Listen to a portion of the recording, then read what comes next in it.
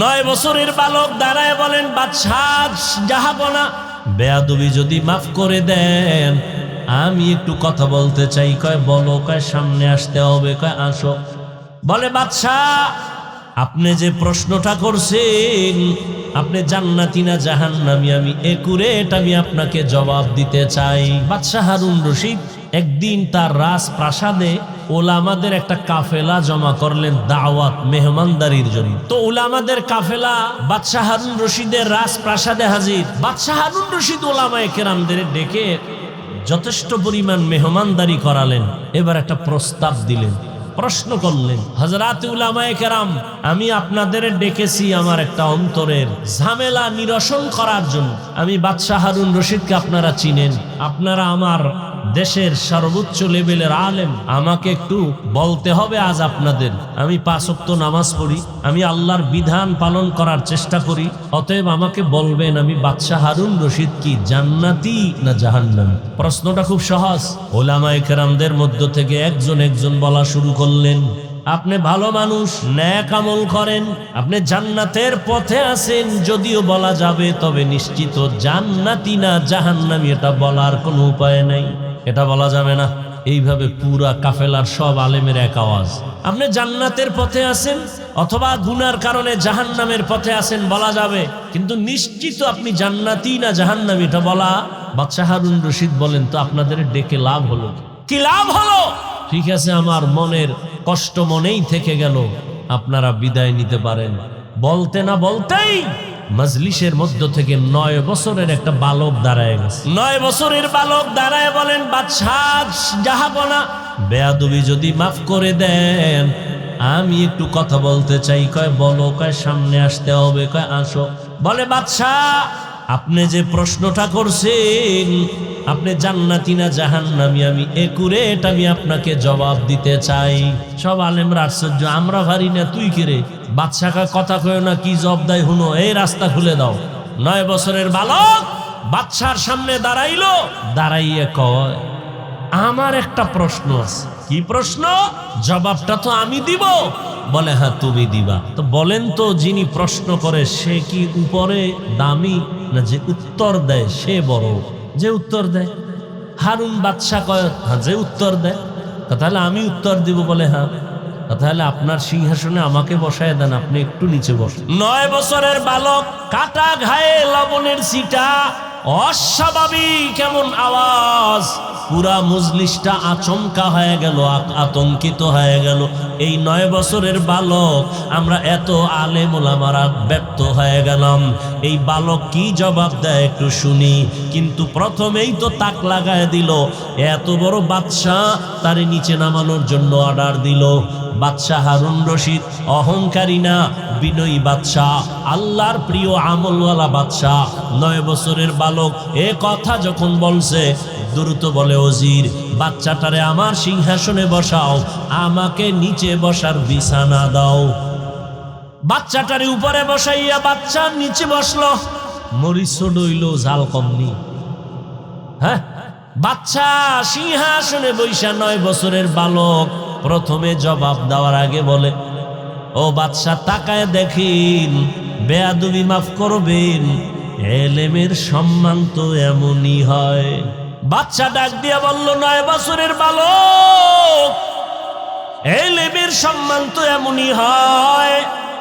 তো 9 বছরের বালক সিংহাসনে বয়া কয়, এলেমের সম্মান তো এমনই হয়। কেমন?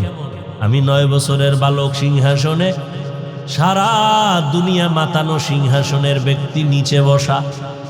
এইবার কয়, আপনার প্রশ্নটা আবার করেন। বাদশাহ হারুন রশিদকে, আমার প্রশ্ন, আমি নামাজ পড়ি, রোজা রাখি, পর্দা করার চেষ্টা করি। বালক তুমি বলো, আমি জান্নাতি নাকি জাহান্নামী?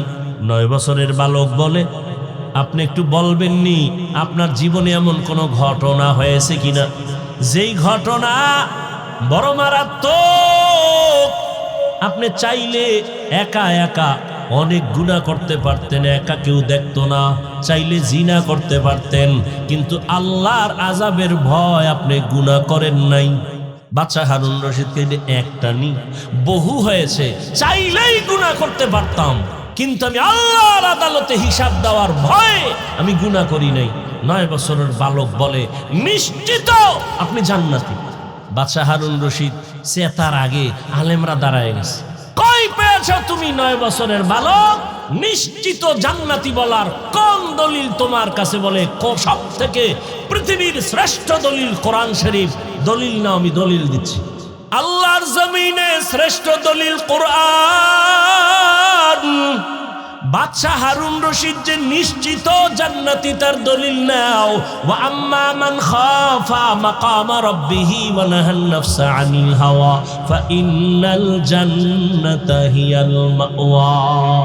হর কে দারত খৌফ হক দর দিল মদাম জান্নাতুল মাওয়া দেহদ উরা মাকাম। আল্লাহ ওয়াদা করেছেন যে আমার আদালতে দাঁড়াইয়া হিসাব দেওয়ার ভয় নিজে গুনাহ থেকে নিজেকে বাঁচাবে। ফাইনাল জান্নাতা, নিশ্চয়ই তার জন্য জান্নাত হলো শান্তির ঠিকানা।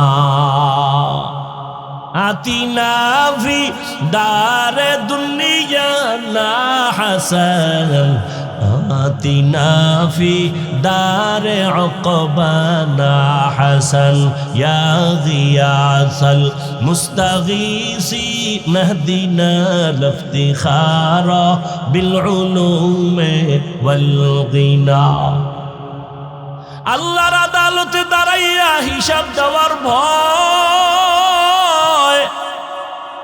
যতদিন পর্যন্ত বান্দার অন্তরে আসবে না ততদিন পর্যন্ত নবীও যদি বয়ান করে কালেমা মুখে আসে না।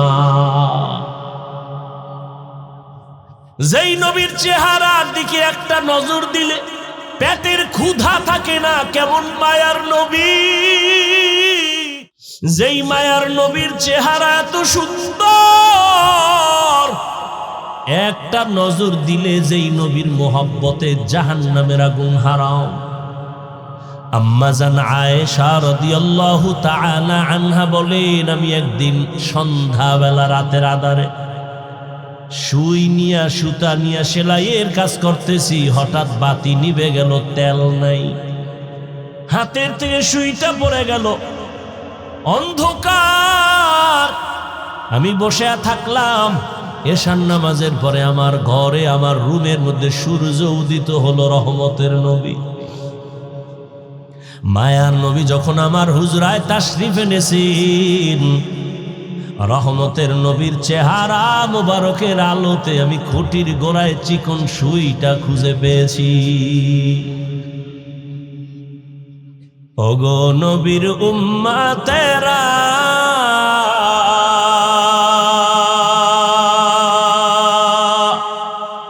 হয়ে আজি দিশাহারা, কোরআন হাদিসের চলো যখন যাহা চায় মনে, নবী বিনে কে তরবে পুসিরাত মিজানে, নবী বিনে কে তরবে পুসিরাত মিজানে। উম্মতের কান্ডারি নবী কাঁদেছেন উম্মতের লাগি,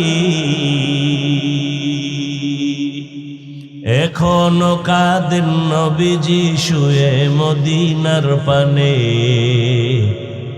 নবী বিনে কে তরবে পুসিরাত মিজানে, নবী বিনে কে তরবে পুসিরাত মিজানে। وأما من خاف مقام ربه ونهى النفس عن الهوى فإن الجنة هي المأوى। আল্লাহর আদালতে দাঁড়াইয়া হিসাব দেওয়ার ভয় কেন? বলে আল্লাহর আদালত বড় ভয়ঙ্কর। কেমন ভয়ঙ্কর হবে আল্লাহর আদালত? ও এলাকার মা বোনেরা, ও যুবক বাবারা, ও বৃদ্ধ বাবাজিরা, আল্লাহর আদালতের ভয়ে নবীর চোখে পানি, আল্লাহর আদালতের ভয়ে সাহাবায়ে কেরামের চোখে পানি। আমি মালিকের দরবারে কেমনে দাঁড়াইয়া হিসাব দিব? রহমতের নবী বিদায় হয়ে যাচ্ছে। বিদায়ের আগে নবী বলেন, এই সাহাবায়ে কেরাম, কোন দিন হায়াত শেষ হয়ে যাবে বলা যায় না, হায়াতের কোনো গ্যারান্টি নাই। নবী বাথরুমে গেলেন, বাথরুম থেকে বের হইলেন, বের হইয়া নবী মাটিতে তায়াম্মুম করলেন। সাহাবী ডাক দিয়া কয়, রাসূল, ওই মাঠের কোনায় পানি দেখা যায়, আপনি ওখানে গিয়ে ওযু করবেন। পানি থাকলে তো আর তায়াম্মুম চলে না। কি সভাপতি যদি থাকে, সহসভাপতির কোনো কাজ লাগে না। নবী বললেন, সাহাবী, আমিও দেখতেছি পানি মাঠের কিনারায়, কিন্তু বলো ওই পানি পর্যন্ত যাওয়ার গ্যারান্টি আছে? পানি পর্যন্ত যাওয়ার গ্যারান্টি নাই। এই জন্য তায়াম্মুম করে নিলাম, ওখানে যাইয়া আবার আমি ওযু করে নিব। আমার আল্লাহর আদালতের ভয়। নবী বললেন, ও সাহাবায়ে কেরাম, কোন দিন চলে যাব বলা যায় না। আমার কাছে কোনো কারো হক যদি পাওনা থাকে তাড়াতাড়ি আদায় করে নাও। আমার ছাত্রদেরকে যদি বলি, বাবারা, আমার কাছে যদি কিছু পাওনা থাকো নিয়ে নাও, তো 2, 4, 5, 10 টাকা থাকলে এটা কেউ চাইবে? নবী বললেন, কারো হক থাকলে নাও, আসামির কাঠগড়ায় দাঁড়ানো যেন না লাগে। সাহাবায়ে কেরাম চুপ হয়ে গেলেন। নবী কি বলে এগুলো? লজ্জার কথা। কিছু পাইলেও তো নবী এগুলি কেউ বলবে না। কিন্তু দুঃসাহসী একজন সাহাবী দাঁড়ায় গেলেন, দাঁড়াইয়া বললেন, ইয়া রাসূলুল্লাহ, একদিন আপনি আমার শরীরে একটা টাচ করেছিলেন, এমনিতে একটা টাচ করেছিলেন হালকার উপরে। নবী কয়, তাহলে এটা তো আমি এমনি করেছি, ঠিক আছে, তুমি এটার প্রতিশোধ নিয়ে নাও। সাহাবায়ে কেরাম তো আগুন হয়ে গেছে, এত বড় দুঃসাহস। নবী কইছে আর দাঁড়ায় গেছে। নবী বুঝতে পেরেছেন, এই তোমরা গরম হইও না, তাকে আসার মতো রাস্তা খুলে দাও। রহমতের নবী আমার সাহাবী সামনে আইসা কয়, ইয়া রাসূলুল্লাহ, যখন আপনি আমার শরীর টাচ করেছিলেন, আমার শরীরে কোনো জামা ছিল না, খালি গায়ে ছিল। নবী কত সরল। নবী মসজিদে বয়া রইছে, একটা জামা গায়ে। এক বাচ্চা আইসা কয়, আমার বুড়া মা একটা জামা চাইছে। নবী কয়, নাই, যাও। গুইরা আবার আইছে বাচ্চা, আইসা বলে, আমনের গায়ে যেটা আছে না, এটা চাইছে। নবী গায়েরটা খুলে দিয়ে দিছে, দিয়া নবী খালি গায়ে বয়ে রইছে। বেলাল তো আজান দিতে এসে দেয়, সর্বনাশ, নবী খালি গায়ে বসা। আল্লাহ আয়াত নিয়ে পাঠাইছে সূরা বনী ইসরাঈল। নবীকে গিয়া বলো, এত বেশি হাতকে প্রসারিত না করে যে নিজে নিঃস্ব হয়ে থাকবে, লজ্জা পেতে হবে। আবার এত বেশি হাত আটকাইয়া যেন না রাখে যে মানুষ তাকে কৃপণ বলে দোষারোপ করবে। সাহাবী বলেন, ইয়া রাসূলুল্লাহ, আপনি যখন আমার শরীরে টাচ করেছিলেন, আপনার গা ছিল খালি। নবী বলে, ঠিক আছে, তো আমিও জামা উঠাই। নবী পিছন থেকে জামাটা উঠাচ্ছেন, সাহাবী একটা দৌড়, এত জোরে দৌড়াইয়া পেছন দিকে ঘুরিয়া নবী যখন জামা উঠাইছেন, নবীর গর্দান মোবারকের নিচে একটা মোহরে নবুয়ত, সাহাবী দৌড়াইয়া মোহরে নবুয়তে চুমা খায়া পইরা গিয়া কয় নবী মাফ করে দেন, বেয়াদবি করে ফেলেছে। নবী কয় সাহাবী কি করলি? জান্নাত ওয়াজিব করে ফেললি।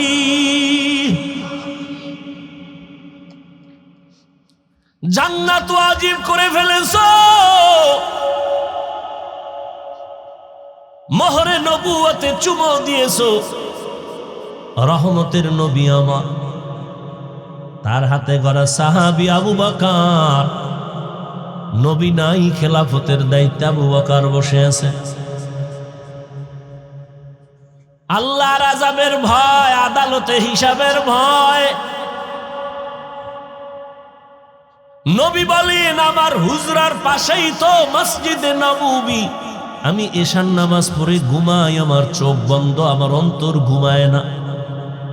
রাতের গভীরে হঠাৎ আমার কানে আওয়াজ আসছে, কে জানো মসজিদের ভেতরে কাঁদে রাতের আধারে গভীরে। আমি ঘুম ভেঙ্গে গেল, আমি উইঠা নিচে নামলাম, বের হইয়া দেখলাম এই গভীর রাতে মসজিদের মধ্যে কেন কান্নার আওয়াজ, কে কোন বিপদে আছে। আমি তাকাইয়া দেখি জান্নাতের 1 নাম্বার সাহাবী আবু বকর নামাজে দাঁড়ায় কাঁদতেছে। নামাজ শেষ, আমি জিজ্ঞাসা করলাম আবু বকর গভীর রাতে আপনি নামাজে দাঁড়ায় কেন কাঁদেন? আবু বকর বলেন ইয়া রাসূলুল্লাহ, আল্লাহর আদালতে দাঁড়াইয়া হিসাব দেওয়ার ভয় আমি নামাজে কান্না করেছি। অথচ তার আমল কত সুন্দর, ইখলাস কত সুন্দর, তেলাওয়াত কত সুন্দর, নামাজ কত সুন্দর, তাকওয়া কত সুন্দর। এরপরেও যদি তারা কান্না করে, তাদের তুলনায় তো আমাদের কোনো নামাজ নাই, কোনো ইখলাস নাই, তাকওয়া নাই, আমল নাই, ঈমানও নাই, কিছুই নাই তাদের হিসাবে। আমাদের তো গলায় রশি লাগায় কান্না করা দরকার, অথচ আমাদের চোখে পানি নাই, কেউ কান্না করলে তাও দেখতে পারি না। বড় দুঃখ। খেলাফতে আবু বকর আছেন, রাষ্ট্র পরিচালনা করেন।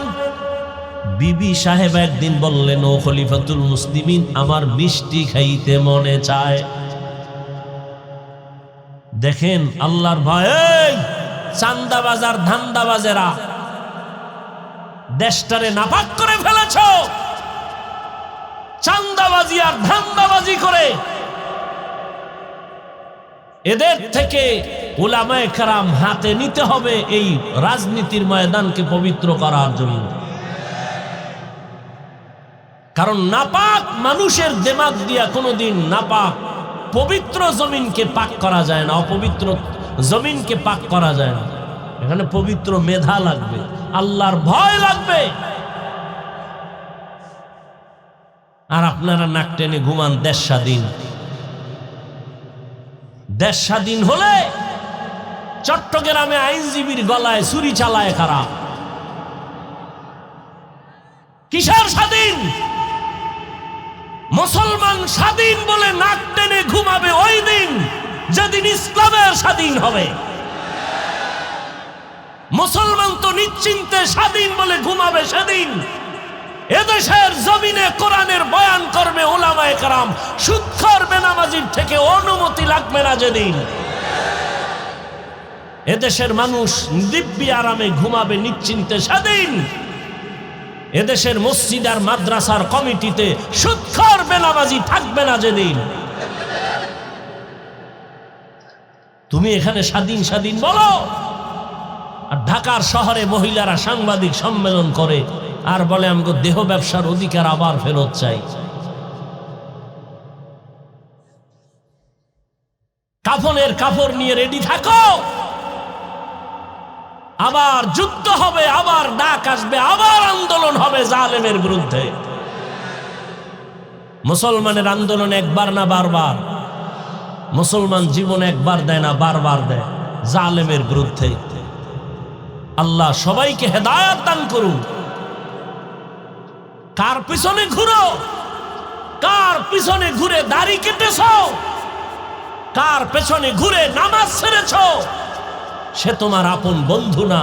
স্বার্থে আঘাত লাগলে সদস্য দল থেকে সদস্য পদের নাম কাটবে না, কল্লা কেটে ফেলবে। আল্লাহ হেদায়াত দান করুন। মানুষের ব্রেনকে আইওয়াশ করে রাখছে। ধর্ম আর রাজনীতি আলাদা। রসুল রাষ্ট্র চালান নাই, আলাদা কেন? সুলাইমান নবী গোটা দুনিয়া চালাইছেন, চালান নাই? ইউসুফ নবী মিশরের অর্থমন্ত্রী ছিলেন, ছিলেন না? এ ঘটনা কোরআনে নাই? কেন বলেন ইসলামে রাজনীতি নাই, কোরআনে রাজনীতি নাই? হ্যাঁ, আপনার চান্দাবাজি আর ধান্দাবাজি ইসলামে নাই। ইসলামে কি আছে? মালিক যেই প্লেটে খাবে গোলাম একই প্লেটে খাবে। ইসলাম কি বলে? কর্মচারী কাজ করবে, ঘাম ঝরার আগে বেতন দিয়ে দাও। আবু বকর রাষ্ট্র পরিচালনা করেন, বিবি বলে মিষ্টি খাইতে মনে চায়। আবু বকর বলেন, ও বিবি ক্ষমা করে দেও, মিষ্টি খাওয়ানোর মতো আমার কাছে টাকা নেই। পুরা রাষ্ট্র চালায়। বিবি চুপ হয়ে গেছেন। কিছুদিন পর আবু বকর সিদ্দিক রাদিয়াল্লাহু তাআলা আনহুর স্ত্রী কিছু টাকা হাতে দিয়া বললেন, ও খলিফাতুল মুসলিমিন, আপনার কাছে টাকা নাই বলেছেন, আমি আলাদা কিছু টাকা দিয়েছি, এ দিয়া মিষ্টি এনে দেন। আবু বকর কয়, এই টাকা পাইছো কই? আমনে কইবেন নি বউ টাকা দিলে কই পাইছো? আমনে কইবেন এটি জিজ্ঞানোর দরকার নেই, চুরি করে আইনে দিল 70,000 বার। বলবেন তোমাকে ধন্যবাদ, মাঝে মাঝে আরো আইনো, চুরি করে হলো আনবা, কোনো তোমার টেনশন নাই। আর আবু বকর বলে, ওই বিবি, এই যে টাকা তুমি দিয়েছো কোথায় পেয়েছো? আল্লাহর ভয় কাকে বলে দেখেন। বিবি বলে, আপনি যে মাসে মাসে বেতন নেন না, ওই বেতনের টাকা থেকে আমি কিছু ধরে ধরে এটা জমাইছি। আবু বকর কি বলে, তাহলে তো বুঝলাম আমার বেতনের অংশ থেকে এই টাকাগুলো না হলেও সংসার চলে, তো আগামী মাস থেকে আমি এই টাকা কমায় নেব বেতন থেকে। এর নাম তাকওয়া, এর নাম আল্লাহর ভয়। হর কে দারত খৌফে হকদার দিল মদগম, জান্নাতুল মাওয়া দেহদ উরা মাকাম। আবু বকর জান্নাতের সার্টিফিকেট পাইছেন। নবী বলেন, জান্নাতের সার্টিফিকেট পাইয়া আবার কাঁদেন কেন? আবু বকর বলেন, ইয়া রাসূলুল্লাহ, আপনিই তো হাসরের কঠিন বয়ান করেছেন। হাসরের ময়দান বড় ভয়ঙ্কর হবে। ওই দিন সব নারী আর পুরুষেরা উলঙ্গ দাঁড়াবে, সূর্য মাথার উপরে নেমে আসবে, জমিন হবে তামা, জাহান্নামের আগুনের গরম। ওদিকে আমার আল্লাহ রাগান্বিত আওয়াজ দিবেন, লিমানিল মুলকুল ইয়াউম লিল্লাহিল ওয়াহিদিল কাহ্হার। আল্লাহ এতটা রাগান্বিত আওয়াজ দিবেন যে হাসরের ময়দানটা থরথর করে কেঁপে উঠবে। আবু বকর বলেন, ইয়া রাসূলুল্লাহ, নবীরা পর্যন্ত কান্না করবেন সেই দিন, আপনিই বয়ান করেছেন। হাসরের ময়দানের ভয়ঙ্কর হালাত দেখে যে নবীদের গুনাহ নাই তারাও কাঁদবেন। মুসা নবী কাঁদবেন, ঈসা নবী কাঁদবেন, ইব্রাহিম নবী কাঁদবেন, আদম নবী কান্না করবেন। উম্মতেরা পাগলের মতো দৌড়াবে, সুপারিশের জন্য কোন নবী সুপারিশ করবেন না। ও রহমতের নবী, আপনিই বয়ান করেছেন। আম্মা জান আয়েশা রাদিয়াল্লাহু তাআলা আনহা বলেন, নবীজির মাঝে মাঝে দেখতাম আমার রুমের মধ্যে বৈশা নবী গুনগুন করে কান্না করে। আমি আয়েশা, 6 বছরে আমার নবীজির সাথে বিয়া হলো, 9 বছর বয়স আমি নবীর ঘরে আসলাম। আমার 18 বছর যখন বয়স হয় নবী দুনিয়া থেকে চলে গেলে, আমি নবীরে কান্না করতে দেখলে ভয় পাইতাম। আমার এই অল্প বয়সের কারণে না জানি কোনো বেয়াদবি হয়ে যায়। আমি বারবার জিজ্ঞাসা করতাম, উমায়ের নবী, আপনি আমার রুমে বৈশা কেন কাঁদেন? নবী বলেন, ও আয়েশা, আমি দুইটা কারণে বেশি বেশি কান্না করি। এক, আমার জীবনের একটা অধ্যায় ছিল, বড় কান্নার অধ্যায়, দুঃখের অধ্যায়, তুমি দেখো না রে আয়েশা। আমার মক্কার মানুষ আমার আরামে ঘুমাইতে দেয় নাই, আমার চতুর্দিক থেকে আক্রমণ, আমার শরীরের মধ্যে পাথর মেরে রক্ত ঝরাইছে, আমার হাঁটার পথে কাটা দিত। ওই সময় আমার ওই কঠিন দুঃখের সময় আমার আপন একজন সহধর্মিণী ছিল খাদিজা। ওই খাদিজার কথা যখন আমার মনে পড়ে, চোখের পানি ধরে রাখতে পারি না রে আয়েশা। খাদিজার কথা মনে পড়লে চোখের পানি চলে আসে। আর হাসরের মাঠের কথা যখন মনে হয়, আমি চোখের পানি ধরে রাখতে পারি। কিয়ামতের ময়দানে আমার মাওলা এত রাগান্বিত হবে, ওই দিন আমার উম্মতের কি উপায়? নবীরাও কান্না শুরু করবেন, আমার উম্মতের কি উপায় হবে? ঈসা নবীও কাঁদবেন, মুসা নবীও কাঁদবেন, বড় বড় জলিল কদর পয়গম্বরেরা কান্না করবেন। আম্মা জান আয়েশা বলতেন, কি হালাত তুই কিয়ামতে? নবী বলেন, আয়েশা, সর্বশেষ উম্মতগুলো আমারে তালাশ করবে। আম্মা জান বলেন, নবী আপনাকে কই পাইবে উম্মতেরা? নবী বলেন, আয়েশা, আমি আমার মাওলার কুদরতের সামনে মাকামে মাহমুদে সিজদায় পড়ে কান্না করব। নবীরা কাঁদবেন আর বলবেন, আল্লাহ আমার উপায় কি হবে? আর আমি মুহাম্মদ কান্না করে একবারও নিজের কথা বলবো না, আমি বারবার বলবো, আল্লাহ আমার উম্মতের বাঁচাও, আমার উম্মতের বাঁচাও, আমার উম্মত যেন জাহান্নামে না যায়। আমার উম্মত যদি জাহান্নামে যায়, আমি জান্নাতে যাব না। আমার কান্না দেখে আমার আল্লাহ বলবেন, ও নবী কাঁদবেন না, আপনি মাথা উঁচু করেন, উম্মত গুলো ধরে ধরে জান্নাতের দিকে নিয়ে যান। আমি আমার উম্মত গুলো বেছে বেছে জান্নাতের দিকে হাউজে কাউসারের কিনারায় নিয়ে দাঁড় করাবো। আম্মা জান আয়েশা বলেন, ইয়া রাসূলুল্লাহ, কোটি কোটি কোটি মানুষের ভেতরে উম্মতের চিনবেন কি করে? নবী বলেন, ও আয়েশা, আমার উম্মতেরা যারা 5 ওয়াক্ত নামাজ ওযু বানাইয়া আদায় করবে, কিয়ামতের দিন তাদের ওযুর জায়গাগুলো নূরের আলোতে ঝলমল করতে থাকবে। আমি দেখে দেখে আমার উম্মতগুলো হাউজে কাউসারের কিনারায় নিয়া লাইনে দাঁড় করাইয়া আমি নবী নিজের হাতে কাউসারের পানি পেয়ালা ভরে ভরে দিব। আমার উম্মতেরা পানি পান করবে, পিপাসা থাকবে না। আমার উম্মতেরা কাউসারের পানি পান করে করে এভাবে জান্নাতের পথে গিয়া বসবে।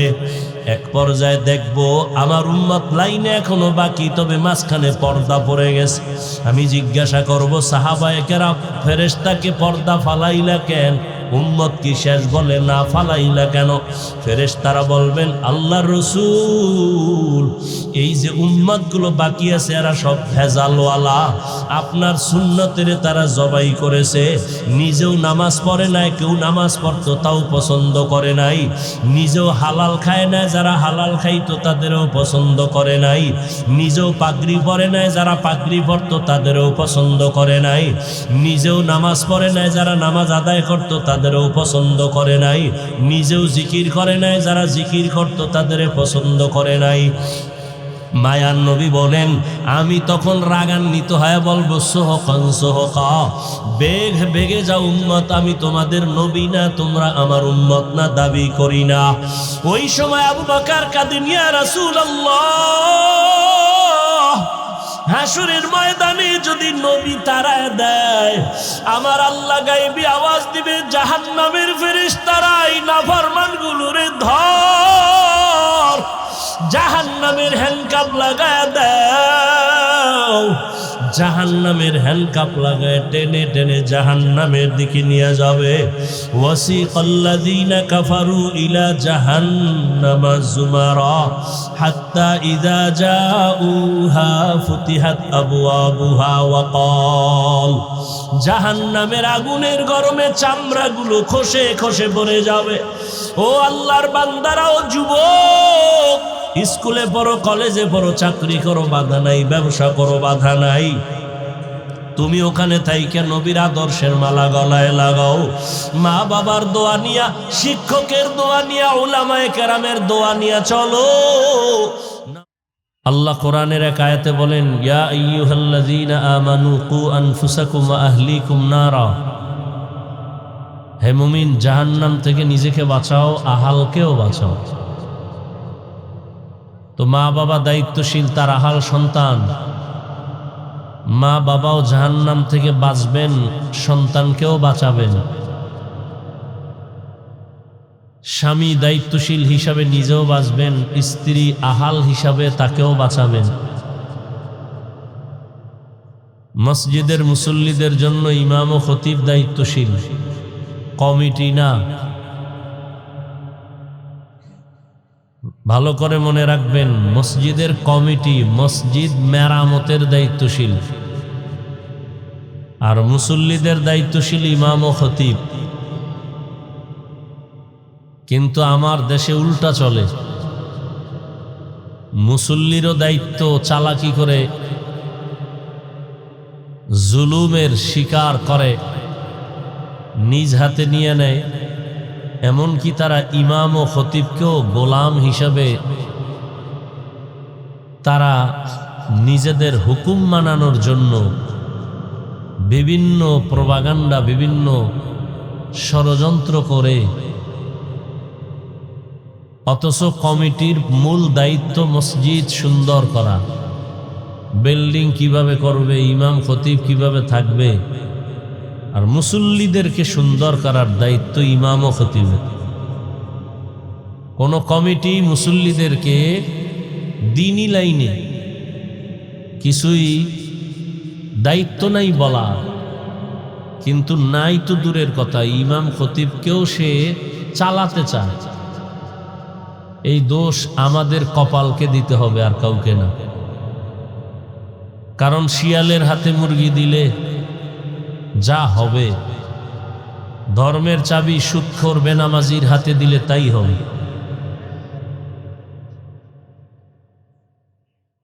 আল্লাহ সব ভাইকে হেদায়াত দান করুন।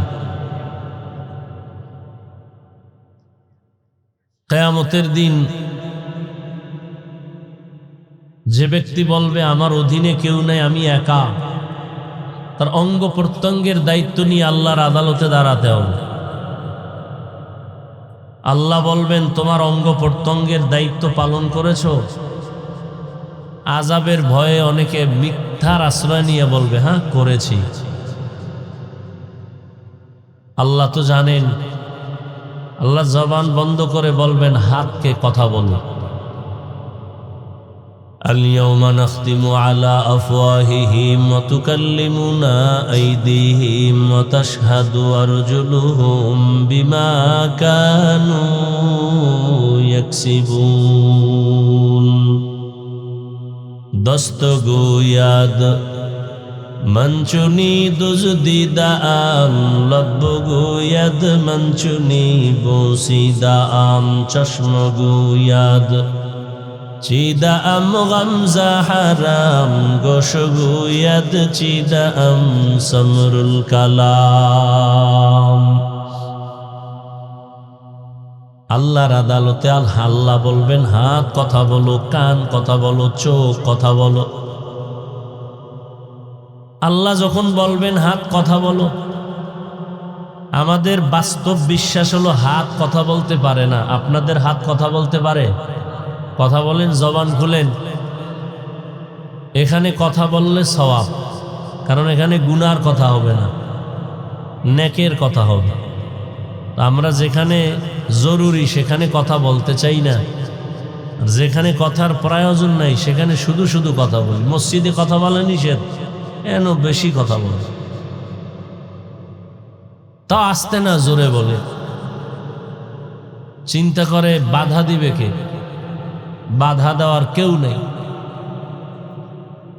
যে বাধা দিবে সে আমার অধীন, আমি কর্তা, আমি গার্ডিয়ান।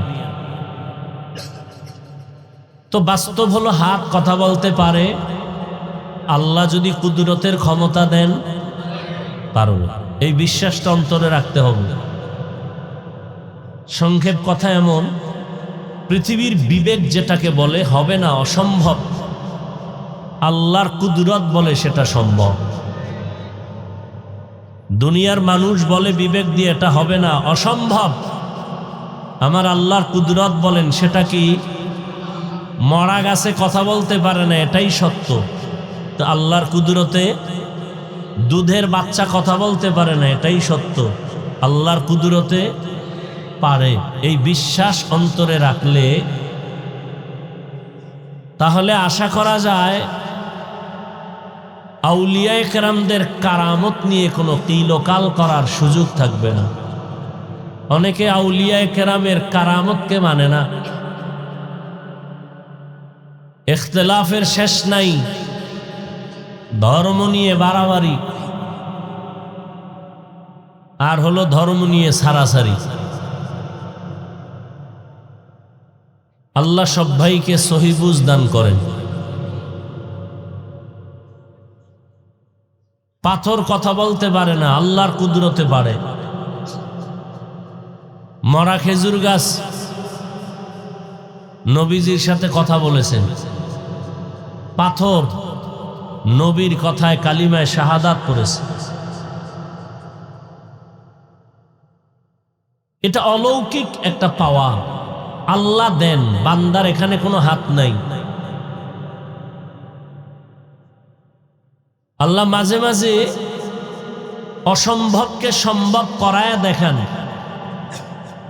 কখনো ডাইরেক্ট, কখনো ইনডাইরেক্ট, কখনো সরাসরি, কখনো কোনো মাধ্যমে।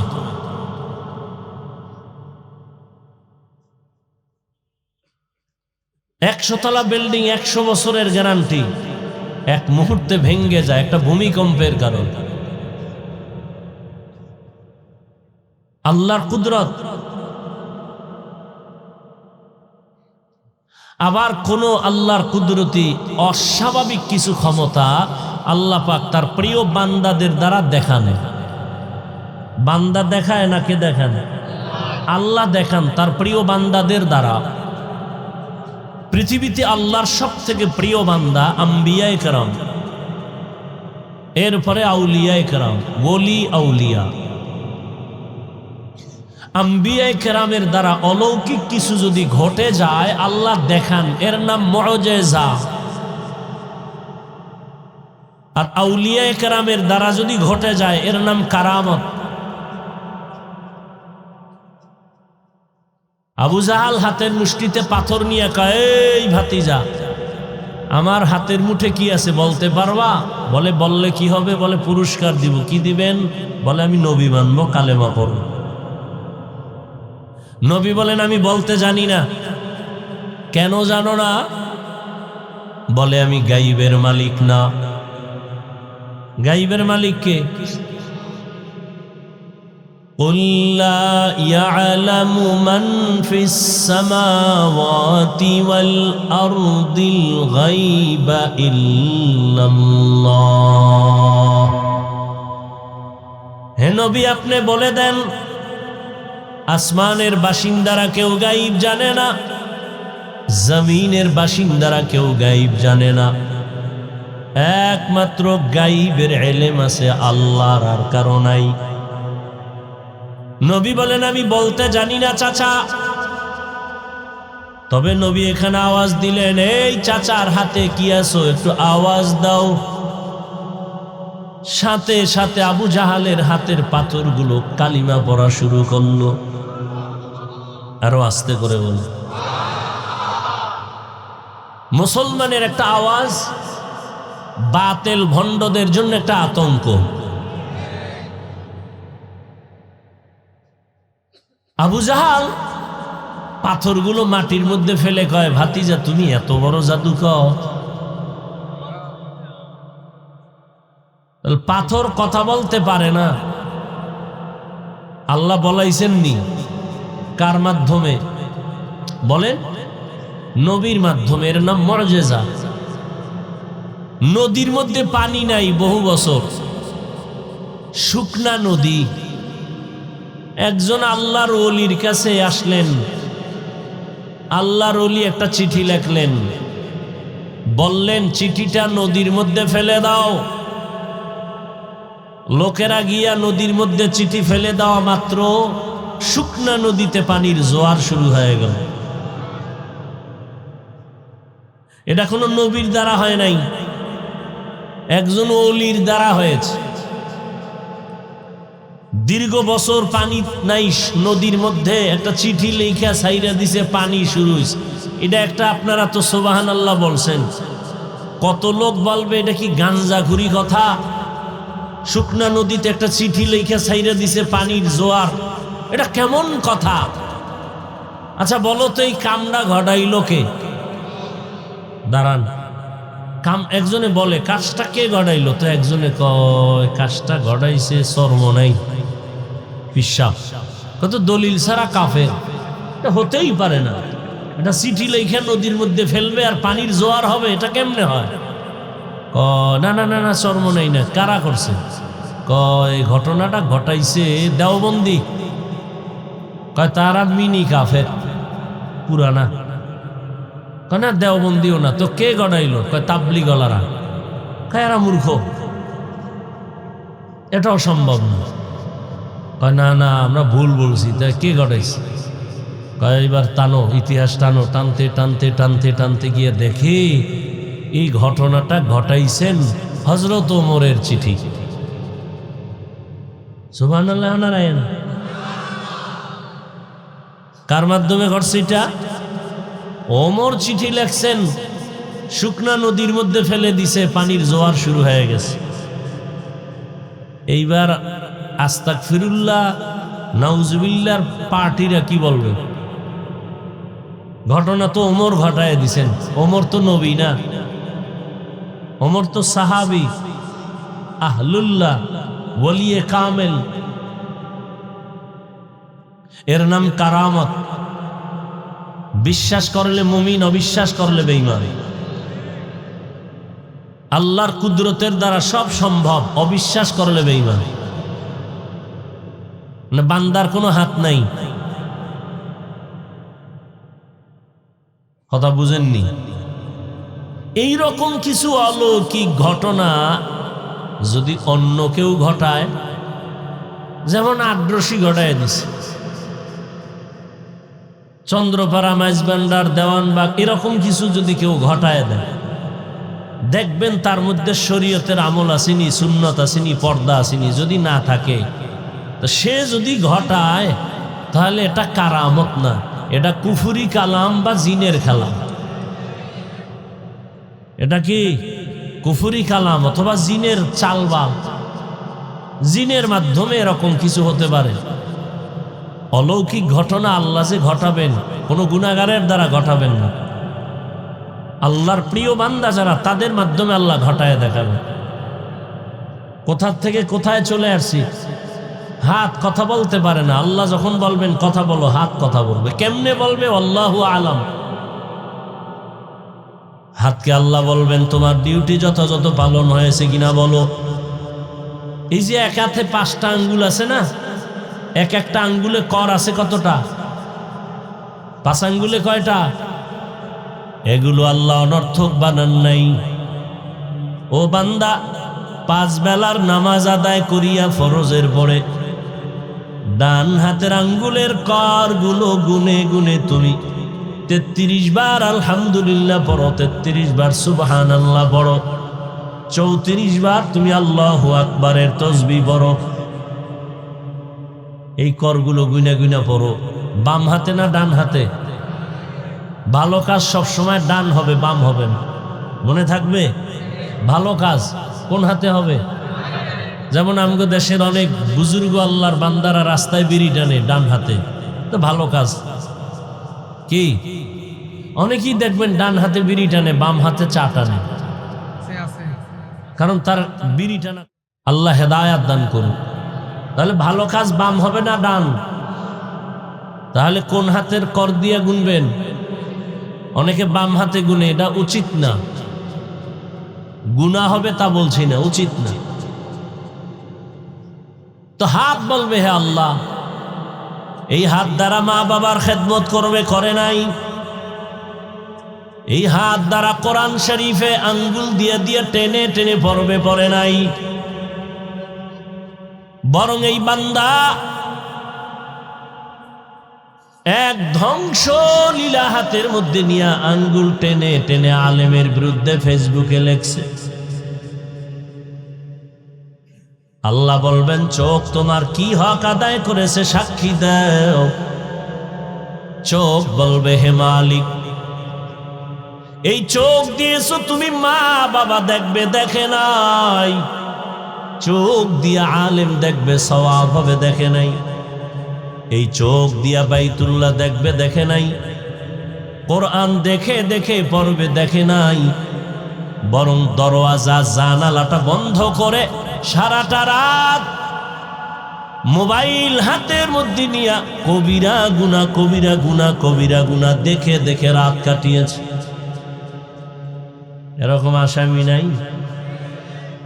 ওয়ালাকাদ যারানা লিজাহান্নামা কাসীরাম মিনাল জিন্নি ওয়াল ইনসি লাহুম কুলুবুন লা ইয়াফকাহুনা বিহা ওয়া লাহুম আ'য়ুনুন লা ইউবসিরুনা বিহা ওয়া লাহুম আযানুন লা ইয়াসমাউনা বিহা উলাইকা কাল আনআমি বাল হুম আদাল উলাইকা হুমুল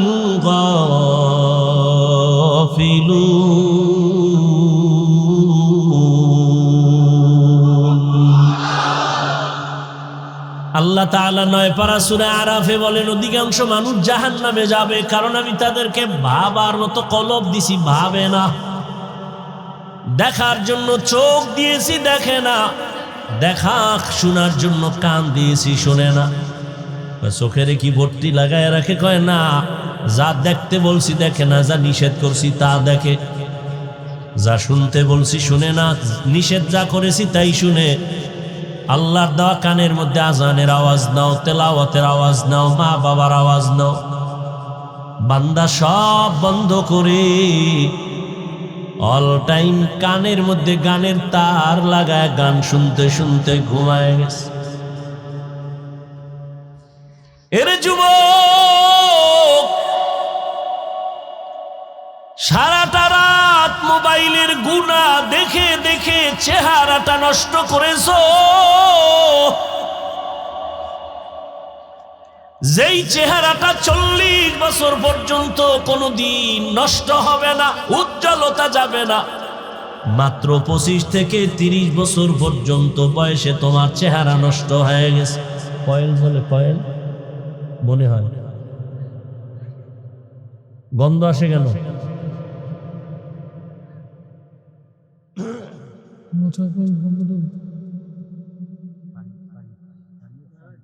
নিবেদন, কয়েল নিবেদন।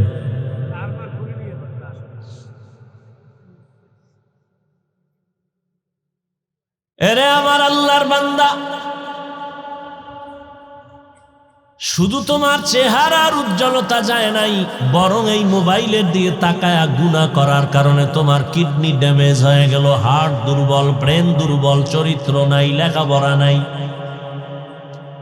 তোমার মধ্যে আছে বলতে কিচ্ছু নাই, আছে একটা রুহু, এটা চলে গেলে তুমিও নেই। হুজুরেরা বলে কানে ঢুকে না, মানতেও চাও না। গোটা দুনিয়ার চিকিৎসা বিজ্ঞানীরা গুগলে সার্চ দাও, এখন লেখো টাচ মোবাইলে শরীরের কি কি অঙ্গের ক্ষতি হয়।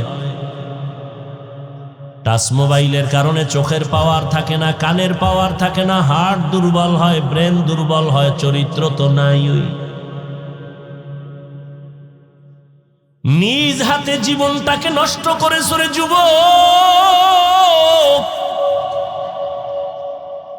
এই একটা মোবাইলকে কেন্দ্র করে মায়ের সাথে কত বেয়াদবি করেছো, বাবার সাথে কত বেয়াদবি। এই মোবাইলটাকে কেন্দ্র করে শিক্ষকের সাথে কত বেয়াদবি, আলেমের সাথে কত বেয়াদবি। এই মোবাইলকে কেন্দ্র করে কত সন্তান মা বাবার টাকা চুরি করেছ। আল্লাহ হেদায়াত দান করুন। এরে আল্লাহর গোলাম, কয়দিন আর কত রাত মোবাইল দিয়া কবিরা গুনাহ করলে তোর মনের আশা মিটবে, তারপরে তওবা করবি? বল বাবা, এখনো চিন্তা করো। আল্লাহ যদি তোমারে 60 বছর হায়াত দেয়, 30 বছর চলে গেছে, আর বাকি হায়াত থাকতে হবে পঙ্গু হইয়া। কারণ তোমার বাকি 30 বছর বাঁচার জন্য যেই পরিমাণ চোখের পাওয়ার লাগে, তুমি মেয়াদ শেষের আগে নষ্ট করেছো। বাকি 30 বছর বেঁচে থাকার জন্য যেই পরিমাণ তোমার হাত শক্তিশালী লাগে, মোবাইলের কারণে নষ্ট করে ফেলেছো। যেই পরিমাণ কানের পাশ তোমার মেয়াদ থাকা সত্ত্বেও তুমি নষ্ট করে ফেলেছো রে বাবা। হাত থাকবে, শক্তি থাকবে না, চরিত্র থাকবে না, মানুষ ভালো জানবে না। ও দয়ার মালিক, মোবাইলের গুনাহের থেকে আমাদেরকে মেহেরবানি করে হেফাজত করে। কয়দিন আর এই দুনিয়ার রং তামাশায় জীবন কাটাইবা? জীবনে তো কম গুনাহ করো নাই, মনে চাইছে নামাজ পড়বা না, পড়ো নাই। মনে চেয়েছে পার্কে পার্কে আড্ডা দিবা, দৌড়ায় চলে গেছো, কারো বাধা মানো নাই। কয়দিন আর এমনে হেমনে দৌড়াইবা? করোনায় কি তোমার মতো কত তাজা যুবক চলে গেল, তুমি কি ভুলে গেছো? ছাত্র জনতার বৈষম্য বিরোধী আন্দোলনে কত যুবকের তাজা লাশ, ডেঙ্গুতে কত যুবক। এমন একটা দিন নাই যে যুবকের লাশের কোনো খবর নাই। আর কত পার্কে পার্কে দৌড়াইলে তোমার মনের আশা মিটবে, তারপরে তওবা করবা? ও আমার কলিজার বাবা, আর কত গুনাহ করলে তোমার মনের আশা মিটবে, তারপরে তওবা করবা? এবং এটাও ভাবো, হায়াতের আর বাকি আছে কতদিন। জিন্দেগি মে বন্দগি তু কর নাহি, জিন্দেগি মে বন্দগি তু কর নাহি, जिंदगी बे बंदगी शर्मिंदा है, जिंदगी बे बंदगी शर्मिंदा है। यहाँ हम सब मुसाफिर दिल ना लगा, अहले दिल की नजर से रूह करता जा, यहाँ हम सब मुसाफिर दिल ना लगा, अहले दिल की नजर से रूह करता जा।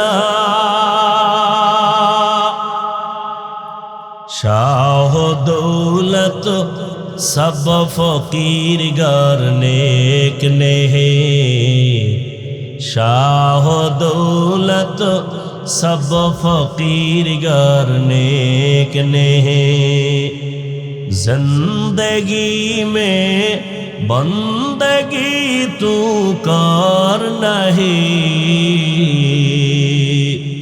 जिंदगी में बंदगी तू कर नहीं, जिंदगी बे बंदगी शर्मिंदा है, जिंदगी बे बंदगी शर्मिंदा है, जिंदगी में बंदगी कुन बंदगी बंदगी बे जिंदगी शर्मिंदगी।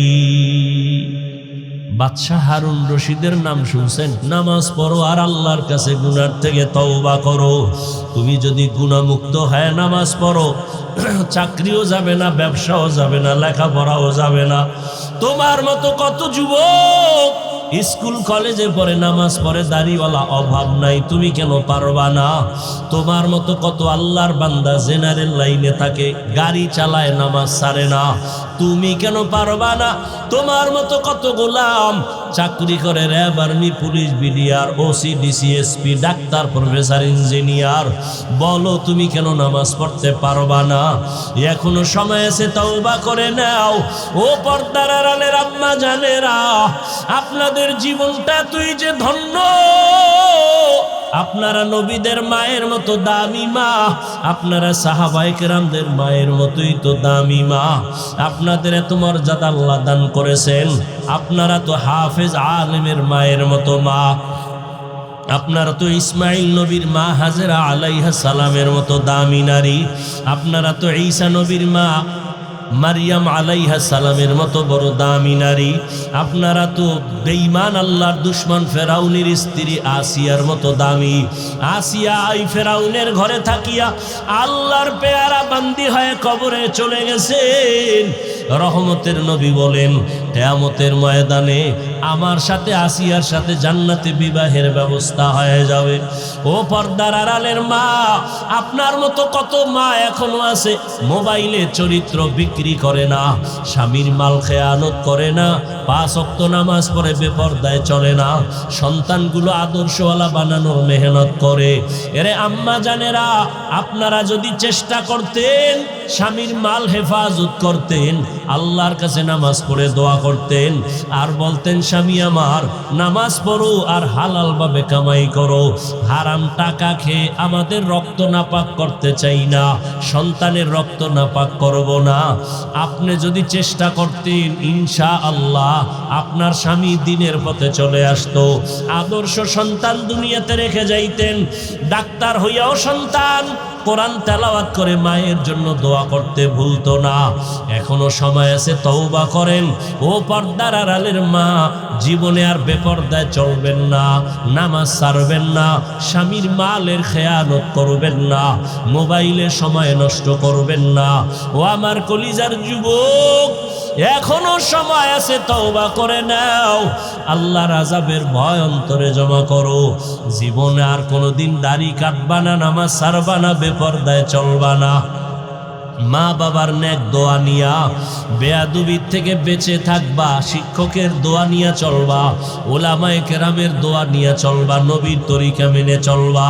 তওবা করার মতো যদি কারো অন্তর তৈরি হয়, মুনাফিকি যদি অন্তরে না থাকে, দুর্বলতা না থাকে, তওবার নিয়ত যাদের অন্তরে আছে, দুটো হাত আল্লাহকে দেখাইয়া দাও। আয় আল্লাহ, আমাদের হাতগুলো কবুল করে নেন, তওবা কবুল করে নেন, তওবার উপরে মজবুত হইয়া চলার মতো তৌফিক দান করেন, আমিন।